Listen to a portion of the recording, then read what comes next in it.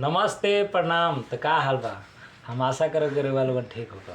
तो आज एगो बात बता दे कि ये म्यूजिक भोजपुरी की सबसे बड़ा कंपनी आशीष यादव के एगो गाना रिलीज भेल बा जेकर नाम ह लुगुआ ओढ़ के चला।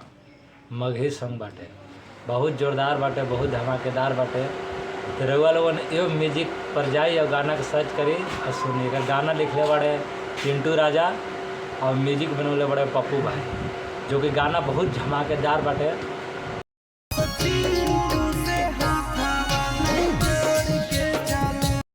और एकर में एक्ट्रेस बड़े विजय लक्ष्मी सिंह, जो कि गाना बहुत अच्छा बाटे। और वो लोगन ये म्यूजिक पर जाई और गाना के सर्च करिए और सुनी दबा के। और हमारे चैनल भोजपुरिया भी जानकारी के रउआ लोगन सब्सक्राइब करिए कि आए वाला हर अपडेट हम आप तक पहुंचा सकें। तो हमारी चैनल बाटे एकरा के सब्सक्राइब करी और शेयर भी करी, ठीक ना। हम हर अपडेट आप लोगन की चैनल के माध्यम से बताई। तो आज के लिए इतना ही। आए वाला न्यूज़ अपडेट हम सब चीज़ आप लोगन के बारे में हमेशा बताए की कोशिश करब।